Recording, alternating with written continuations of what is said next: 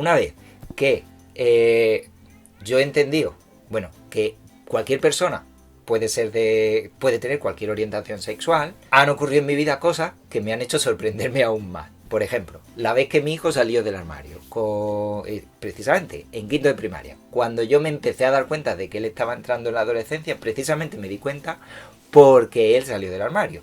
Yo recuerdo ese día que yo iba a ir a Córdoba a hacer un taller a la Policía Nacional sobre delitos de odio para que entendieran esas temáticas de discriminación, y cuando iba a salir de casa le dije, bueno, que recogiera sus cosas, le iba a llevar a casa de la vecina para dejarle en casa de la vecina y que al día siguiente fuera al cole con la hija de la vecina, y yo así poder quedarme en Córdoba para hacer el taller también por la mañana. Y cuando vamos a salir de la casa me dice, papá, tengo que decirte algo. Y digo, mira, puedes esperar mañana que voy a llegar tarde al autobús. Y dice, no, ahora mismo es súper importante. Y digo, a ver, ¿qué pasa? Y dice que soy gay. Y se va corriendo para su cuarto. Y yo me voy detrás de él y digo, ¿pero qué pasa? No pasa nada. Dice, bueno, que me daba cositas, que quería decírtelo. Y ya está. Y dice, bueno, pues mañana hablamos de eso. Le llevo a casa a la vecina, me monto en el autobús y en el autobús me empiezo a dar cuenta de que estoy rayándome con ese tema. Porque claro, mi experiencia era que la gente se da cuenta de la orientación sexual en la adolescencia, cuando están en el instituto. Yo asociaba adolescencia con instituto y entonces decía, ¿y este niño que tiene 9 años, cómo puede saber que es gay?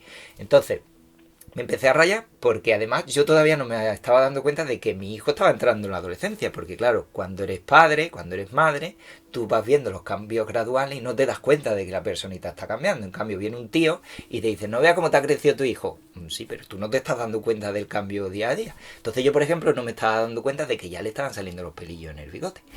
Y al día siguiente, cuando llego, le pregunto qué tal ha ido en casa, en el de la vecina, en el cole, y ya cuando ya me ha contado cosas, le digo, ¿quieres que hablemos de lo que me contaste ayer? Me dice, no, ya está. Y digo, pero ¿cómo que no? Yo sí quiero hablar de esto. Claro, yo estaba en realidad preocupado, porque en mi experiencia, con lo que yo había vivido en la infancia, de que a mi hermano le insultaran por ser femenino y le dijeran la palabra maricón y se metieran con él, a mí lo primero que se me había ocurrido es, a ver, ¿qué va a decir este niño? Porque si este niño dice que es gay en el colegio, lo mismo le hacen la vida imposible como se la hicieron a mi hermano. Entonces, con ese miedo en el cuerpo, yo quería hablar con él y que me quedara claro y seguramente hacerle que él no dijera eso. Bueno, el caso es que cuando me dice que no quiere hablar, digo, sí, pero yo sí, así que siéntate, que vamos a hablar de esto. Me salió la parte autoritaria de padre preocupado, sin mala intención, porque quería protegerle en realidad, pero claro, ahí llega la parte de adolescente que se revela. Bueno, se sienta, pero yo empiezo a ver que ya él está tenso. Y entonces le digo, a ver, ¿tú por qué dices que eres gay? Y dice, ¿por qué soy gay? Y digo, la conversación de besugo que vamos a tener. Pero a ver, ¿por qué ahora dice que eres gay y antes no lo decía? Y dice, bueno, porque me han pasado cosas. Y digo, ¿pero qué es lo que te ha pasado? Y dice, no, pero si no ha pasado ahora, me pasó el curso pasado en cuarto de primaria. Y digo, ¿pero y qué es lo que te ha pasado? Y dice, pues en nada, en el cole que me ocurrió una cosa. Y yo cada vez más preocupado, ¿pero qué le ha pasado a este niño para que diga tan pequeñín que ya sabe cuál es su orientación sexual? Y ya me dice, pues que estábamos en clase de educación física y uno de mis amigos se había traído un pantaloncito corto.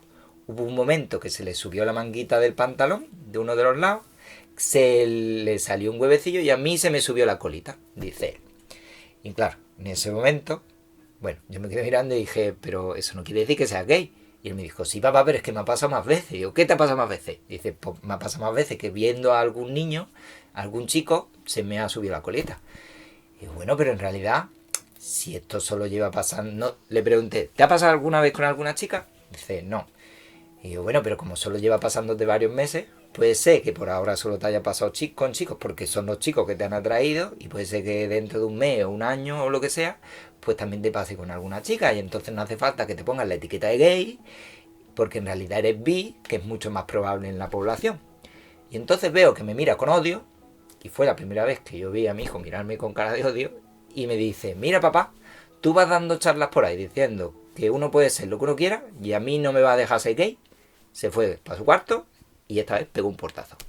Y entonces, en ese momento, fue cuando yo me di cuenta de que estaba entrando en la adolescencia. Y por eso yo ya no pongo la mano en el fuego por nadie, porque en realidad yo que sé realmente lo que le gustan a las demás personas. Es una cuestión de apariencias que la gente creemos que podemos saber lo que le gusta a los demás en función de lo que vemos, pero en realidad lo que le gusta a cada cual, lo que me gusta a mí, solo lo sé yo realmente lo que hay dentro de mí. Es más, te voy a preguntar directamente sobre la alimentación. Quiero que me mires fijamente a los ojos y que me contestes a esta pregunta.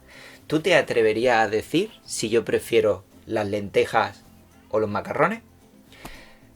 Fíjate que hay mucha gente, de nuevo, que cuando pregunto esto, directamente empieza, pues claro, por las lentejas, los macarrones, y empiezan a intentar adivinar, pero con mucha seguridad. Y en realidad, yo soy el único que lo puedo saber, porque ¿qué hay en mí que pueda hacerte saber lo que a mí me gusta? Es más, incluso imagínate, si me vieras comiéndome ahora un plato de lentejas, ¿eso querría decir que a mí me gustan las lentejas? Realmente no, porque puede ser que yo esté comiendo lentejas porque tengo a mi madre al lado que me estaba diciendo come lentejas que necesita hierro, y le he hecho caso, pero no es porque a mí realmente me gusten las lentejas. Entonces, nos dejamos llevar por las apariencias, que no son realmente la señal de lo que hay de verdad en la profundidad, pero además nos dejamos llevar por esta creencia de que hay que elegir entre dos cosas. Si yo te he preguntado, ¿qué tú sabrías decir qué es lo que yo prefiero, si lentejas o macarrones? Pues en tu mismo mecanismo mental has empezado a pensar, venga, hay que elegir entre lentejas o macarrones. Pero ¿y si te dijera que es que lo mismo me gustan las dos cosas? Incluso puede ser que me gusten por igual, o puede ser que no me guste ninguna de las dos. Pues esto mismo ocurre con la orientación sexual. Yo no puedo saber lo que le gusta a los demás, pero puede ser que a cada persona le gusten los chicos, las chicas, las dos cosas o ninguna. Y puede ser que le gusten las dos cosas con diferente intensidad. Puede ser que prefiera una o prefiera la otra, pero que le sigan gustando las dos cosas. Y ahí es donde tenemos todas esas definiciones que hemos dicho antes de la orientación sexual. Pues hetero, bi, homo, pues eso, que te gusten chicos, chicas, las dos cosas o ninguna en el caso de la sexualidad. Así que, ¿qué es lo que podemos realmente saber si no podemos saber quién es quién? En cuanto a la orientación, solo por la apariencia, lo que podemos saber es, en general en la población, cuántas son las personas que son lesbianas, gays, bisexuales, porque hay estadísticas al respecto, porque tiene que ver con la biología de los seres humanos.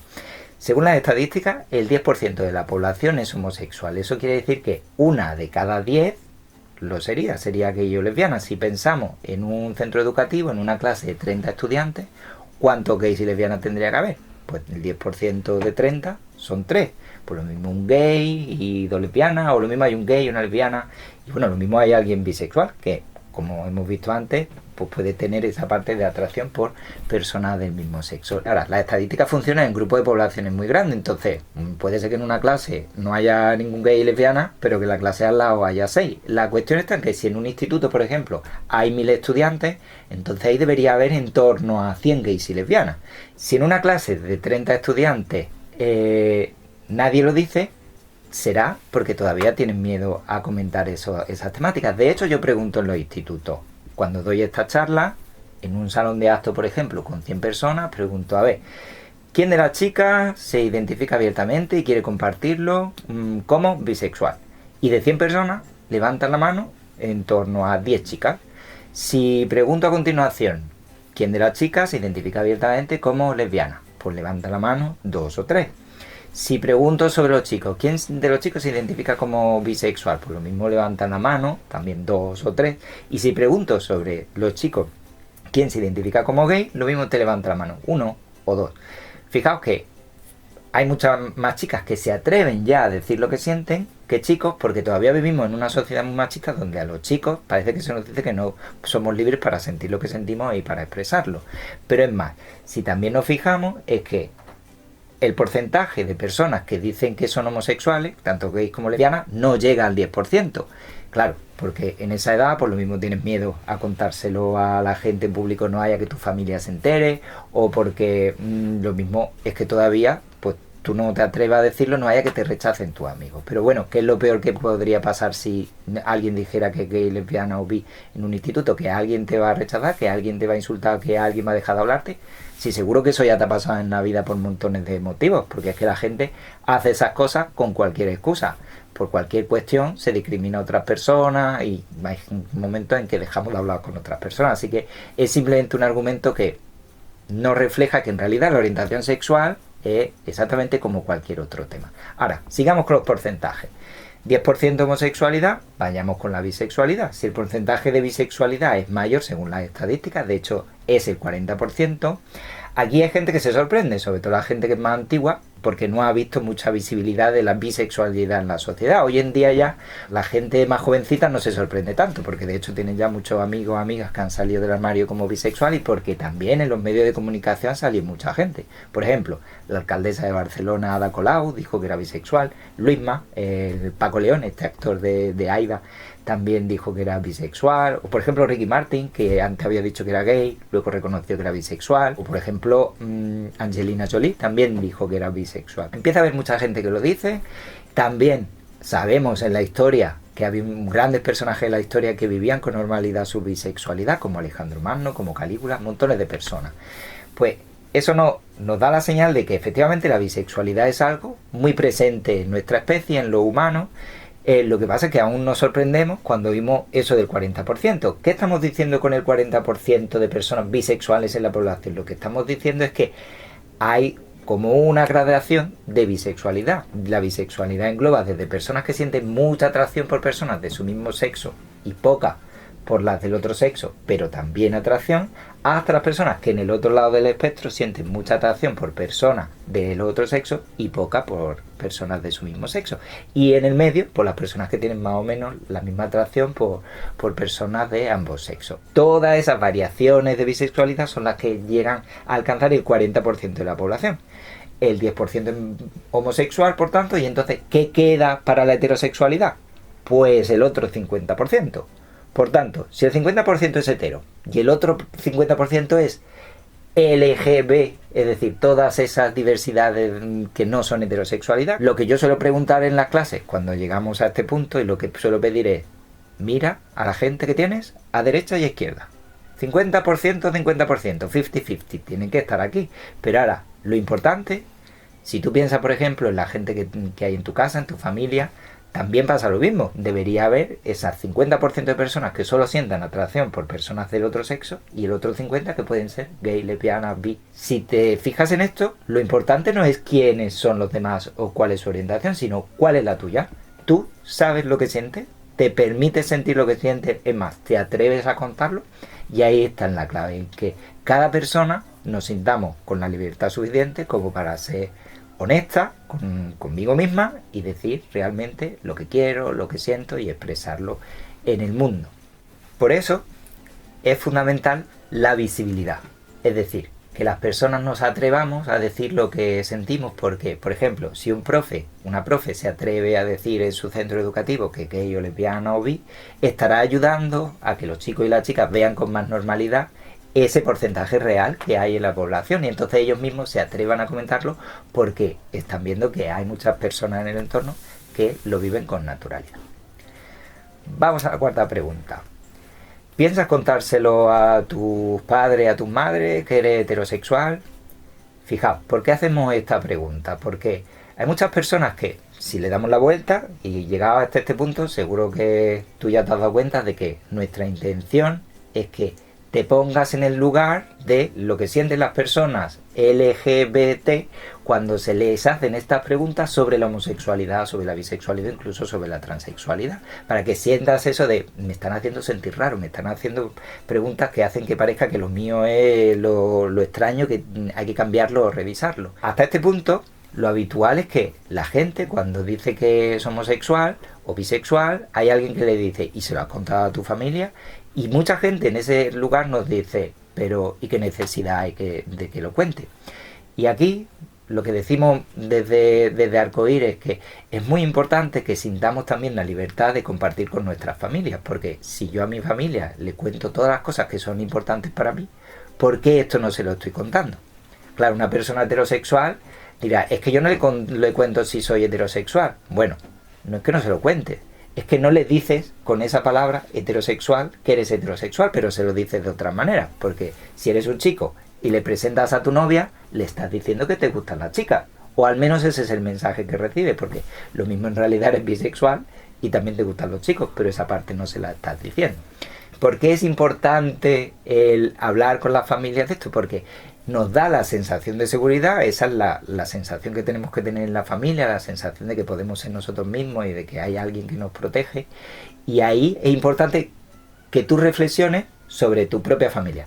Es decir, ¿tú crees que tu familia llevaría bien el tema si tú le dijeras que eres gay, lesbiana, bi, trans, asexual, cualquiera de las etiquetas que hemos visto? La mayoría de la gente levanta la mano cuando lo pregunto, pero mucha menos de la gente que levanta la mano diciendo que aceptarían a su amigo si fueran gay o lesbiana o bi.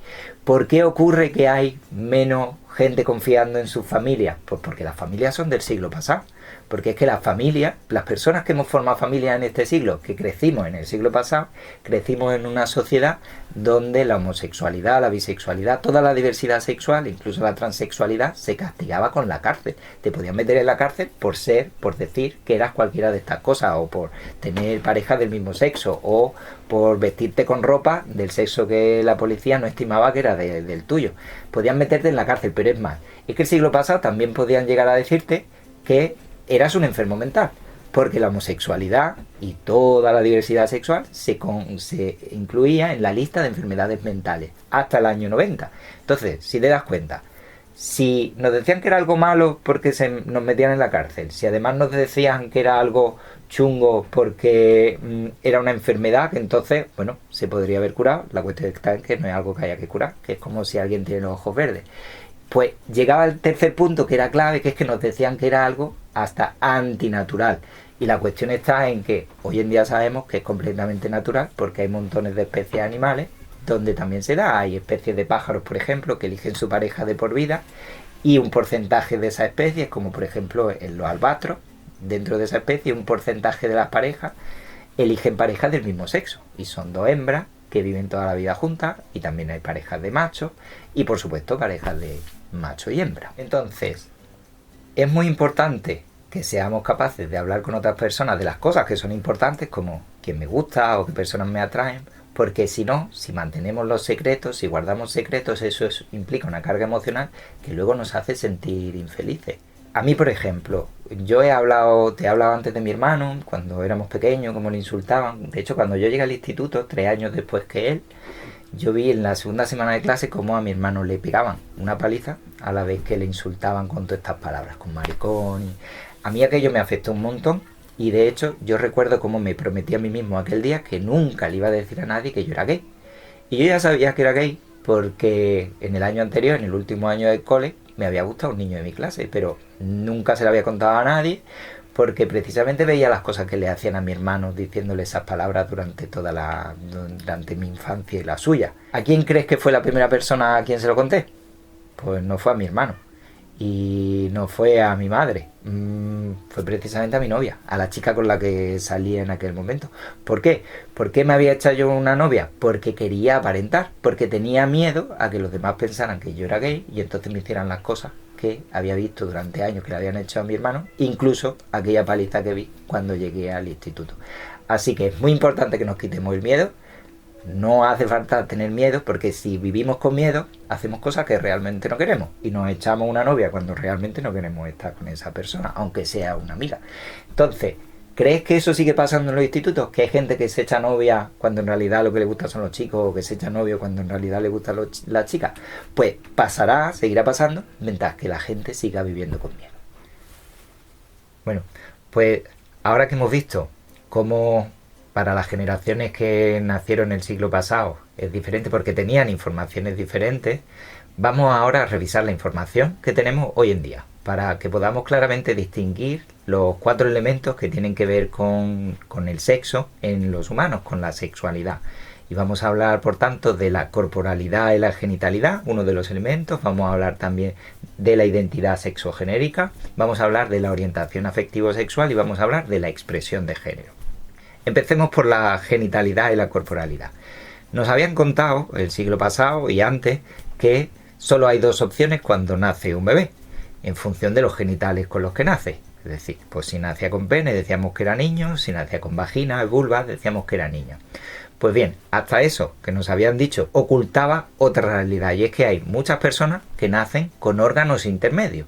con órganos que por su tamaño, por su forma, no se podrían clasificar ni en un extremo ni en el otro. Y a estas personas es a las que denominamos intersexuales. Si esto es una de cada 100 personas, y aquí la gente es cuando se puede echar la mano a la cabeza y decir, de una de cada 100 personas que conozco puede ser intersexual. Sí, la cuestión está en que muchas de las personas intersexuales ni siquiera saben que son intersexuales, porque piénsalo un momento, si alguien por ejemplo nació con vagina y vulva, pero dentro tiene testículos que no han descendido, pues esa persona no sabe que tiene dentro testículos. Tal vez cuando crezca, cuando pase la adolescencia, la pubertad y su cuerpo empiece a desarrollarse y tenga más cantidad de hormonas en su cuerpo, a partir de entonces tal vez se dé cuenta, pero tal vez no. Tú misma, la persona que me está escuchando ahora mismo, tal vez seas intersexual y no lo sabes. En cambio, las personas que sí que tienen órganos intermedios, por ejemplo, algo que sea entre un pene y un clítoris, en cuanto a tamaño y forma, claramente la familia sí se va a dar cuenta al nacer el bebé de que esa personita es intersexual.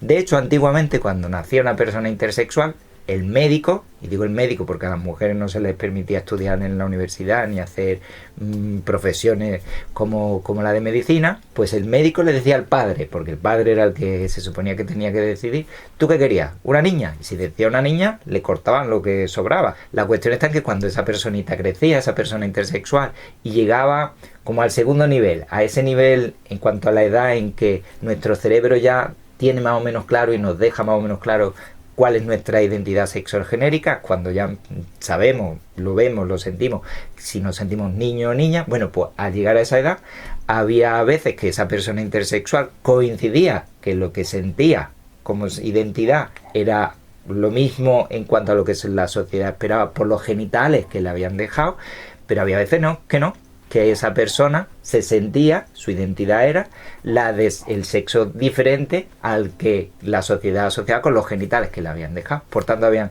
convertido a la persona intersexual en transexual. Pero bueno, vamos a suponer que eso es solo cosa del pasado.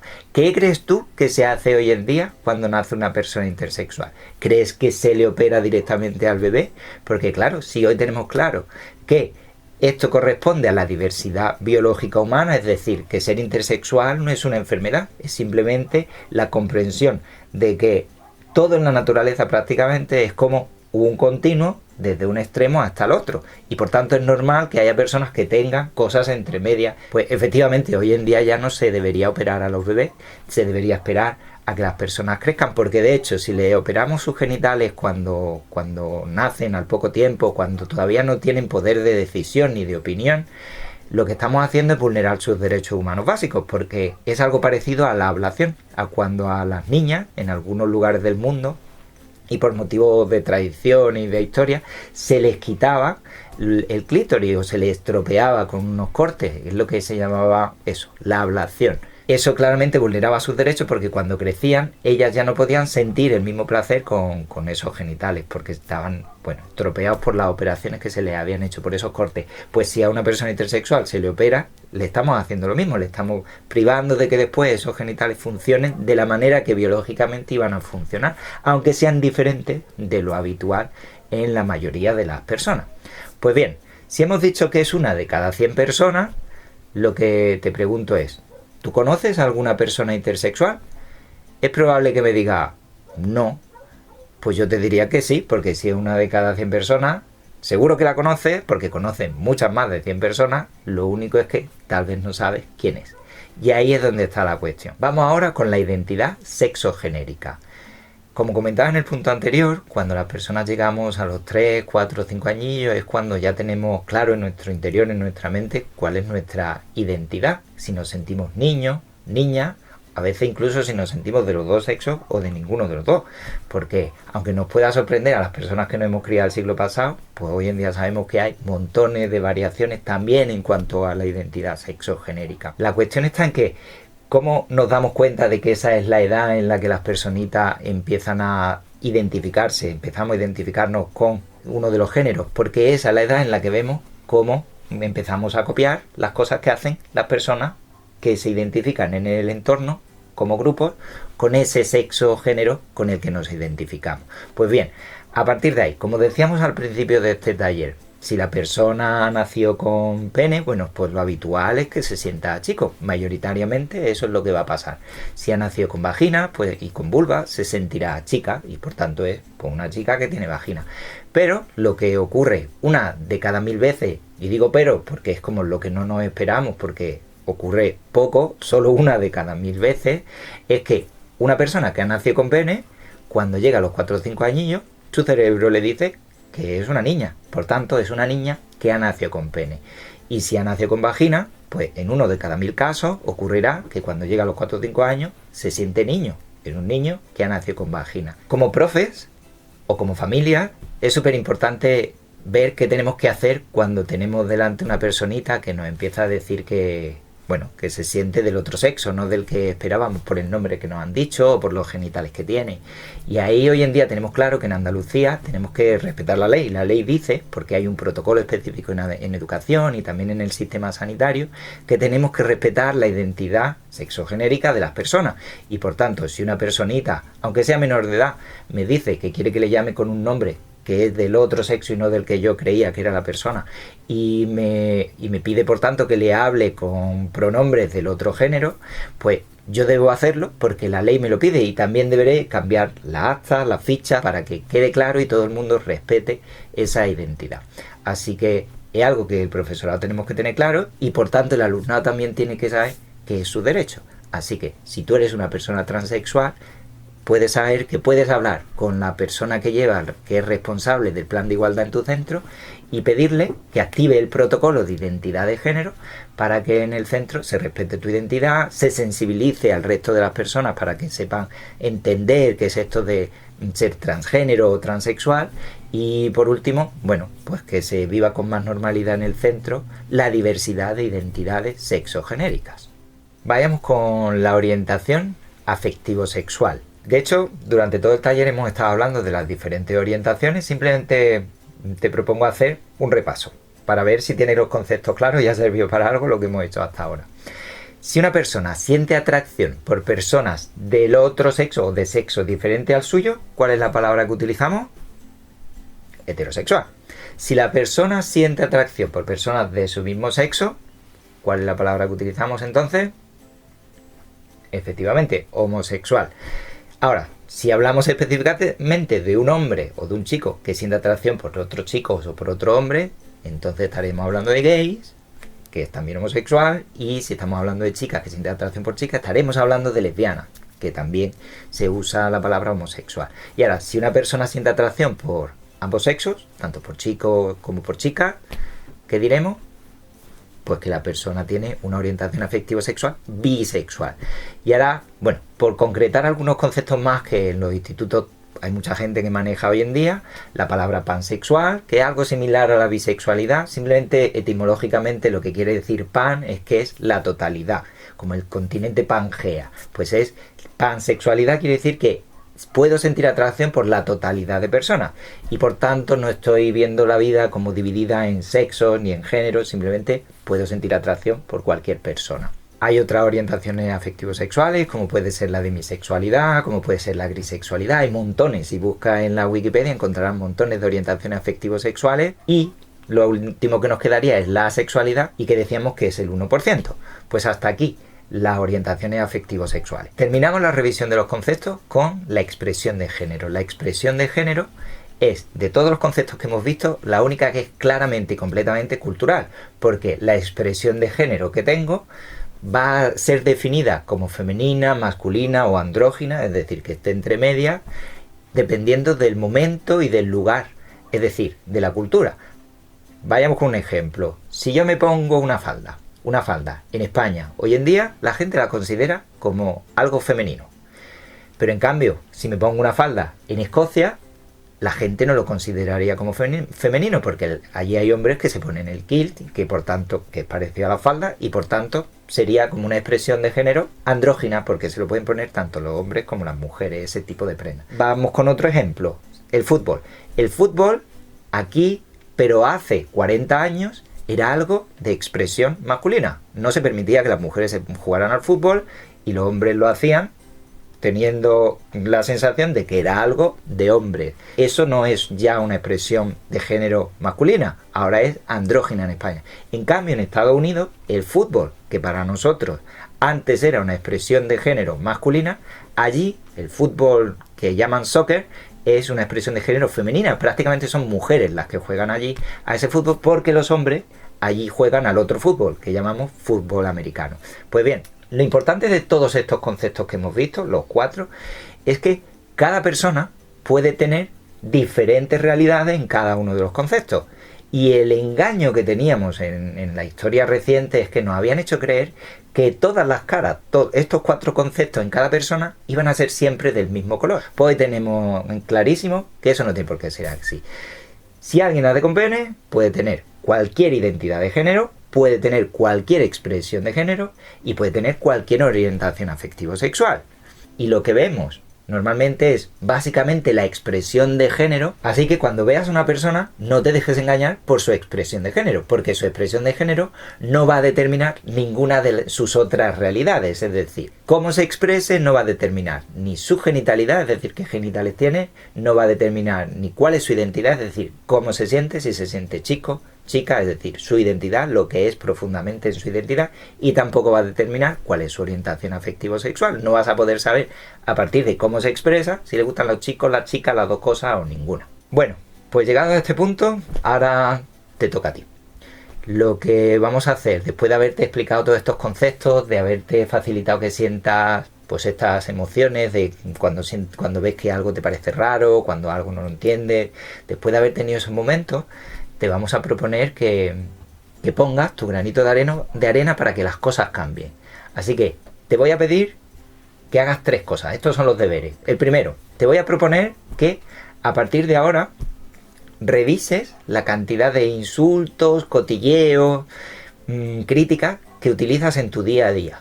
Porque eso genera un entorno en el que muchas personas tal vez no se van a sentir libres, aunque lo sean, pero no lo van a sentir porque van a sentir la presión de tus palabras, de tus comentarios. Así que te propongo, de hecho, que intentes poco a poco, paso a paso, ir reduciendo la cantidad de insultos, de críticas y cotilleos que haces cada día. Pero primero revisa cuánto haces y cuando hayas visto en qué estado estás, podrás avanzar para reducir la cantidad de crítica que haces, que al final te sienta a ti mal, porque es que hasta seguro que te cabreas al criticar a otras personas.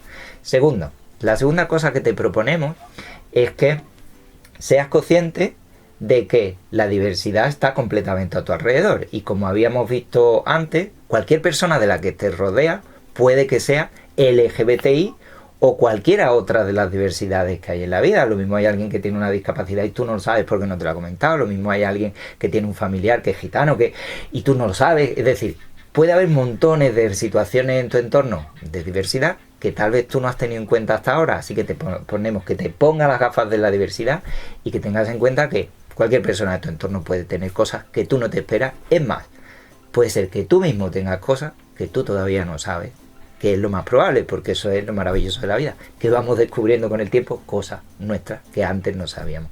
Y lo último que te vamos a proponer es que crees en tu instituto un grupo de estudiantes arcoíris. Es un grupo de estudiantes, de alumnados, que hace actividades para favorecer que en el centro y en su entorno, incluso en su municipio, estas cosas se vivan con más naturalidad. Por ejemplo, estos grupos de estudiantes pues hacen talleres parecidos al que acabas de recibir para la gente más pequeña de su centro, o visitan algún cole de la zona y le cuentan un cuentacuentos sobre familias de 2 papás o de 2 mamás, o preparan una actividad pues para el Día Internacional para salir del armario, o para el Día del Amor, el 14 de febrero, o para el Día contra la homofobia, el 17 de mayo, o el Día de las Familias, el 15 de mayo. Preparan una actividad para hacer cosas en el patio, para repartir corazones, para informar de los lugares donde todavía se persigue la homosexualidad en el mundo, porque, como decíamos antes, en España las cosas han cambiado. Las leyes ya defienden los derechos que tenemos en este colectivo y en muchos colectivos, pero hay muchos países donde todavía se persigue, donde todavía hay pena de muerte por ser homosexual, transexual, bisexual. Así que es muy importante que seamos conscientes de la suerte que tenemos, del avance que tenemos en España, para seguir proponiendo que esas cosas la gente las integre y que, bueno, pues que las disfruten, que no sientan miedo, porque estamos en un momento histórico súper bueno en el que podemos ser libres completamente y vivir lo que queremos. Así que, una vez que ves los 3 deberes que te proponemos que hagas, aquí tienes el número de WhatsApp al que me puedes escribir, al que puedes escribir a la Federación Arcoíris, por si quieres crear el grupo, por si tienes cualquier duda sobre lo que hemos visto en este taller, por si necesitas apoyo de algún tipo o tienes cerca a alguna persona que puede necesitar apoyo, puedes escribirnos, te asesoraremos, te acompañaremos en lo que podamos y hasta aquí. Te agradecemos que hayas prestado toda la atención y te animamos a seguir cambiando el mundo, cambiándote primero tú mismo y abriéndote a la diversidad. Gracias.